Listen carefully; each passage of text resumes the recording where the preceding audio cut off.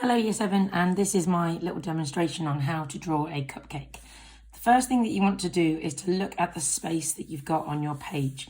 Now I know a lot of you don't have access to your sketchbooks at home, so you'll just be using normal paper or printer paper for the time being. That's still fine. Still try to use the most amount of paper that you've got possible to do this drawing. What I would start out by doing is drawing the basic outline shape. Now to do that, I'm going to hold my pencil about halfway up, like so. I'm going to make sure that my pencil is nice and sharp as well. And I'm going to have a go at sketching this out. Now looking at the picture of the cupcake that I can see on my screen, the cupcake doesn't necessarily fill the whole page, but that's what I'm going to try and do with my own cupcake. So I'm going to start out by sketching the basic shape of the cupcake case at a slight diagonal line, and I'm going to draw the other side as well. Now, my biggest tip, as you know, is to make the page work hard and not to make your hand work hard. So I'm turning my page on the side. I'm going to position it so my hand is halfway up my pencil, my hand is on the page, and I'm going to just sketch out my semicircle for the base of my cupcake, like so. Now the cupcake case has got lots of zigzags in it, but for now I'm just going to sketch out the ellipse of my cupcake case, and then I'll add the details in afterwards. So what I've got now is my cupcake case shape, like so. What I'm going to do next is start to work on the cake and the frosting.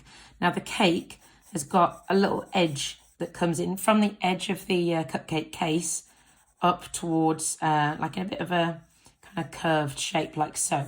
Now my hand can't move very easily in that direction, so I'm going to turn my cupcake upside down and just sketch in the other side, like so. So when I turn it back around to the front, you can start to see that it's looking quite nice and symmetrical. My next stage now is to draw the frosting. Now the frosting is the bit that most people get quite stuck with because of the different shapes.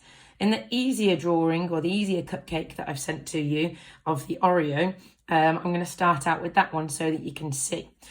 You can divide the frosting into 3 simple sections. Now, the first section, I'm going to do the same as I did with the cake over here. I'm just going to draw in the edge of the frosting.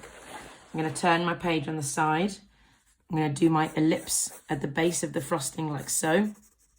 Now remember, hold your pencil halfway up and that will loosen up your pencil marks. For this, I'm just using a 2B pencil to get the basic outline shape.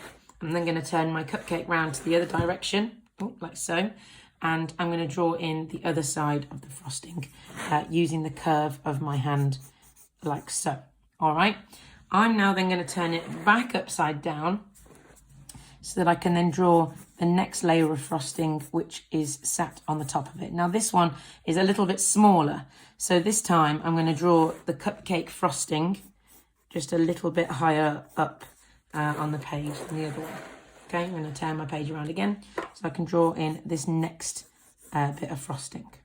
Okay, so then same as I've just done, I've now got the hips of my frosting, I've got the underneath ellipse of my frosting here, and I'm going to add in my last ellipse over the top, like so. And that's when I'm going to add in my last bit of the frosting. Now the top of the frosting looks quite similar to a triangle, and for this it's not going to be just a straight triangle. I'm just going to draw in like a slight curve and then a flick up towards the top. I'm going to help my hand turn my page around a little bit so I can get that natural curve, like so, and I'm going to curve it around and then flick it up towards the top. Now is the time that you can look at your drawing and see if there's anything that you could do to tweak it slightly. Like I can see that my cake didn't quite match up with the frosting on that side, and I think I'm pretty happy with that. So you can see I've got my basic cupcake case, then I've got my frosting on the top.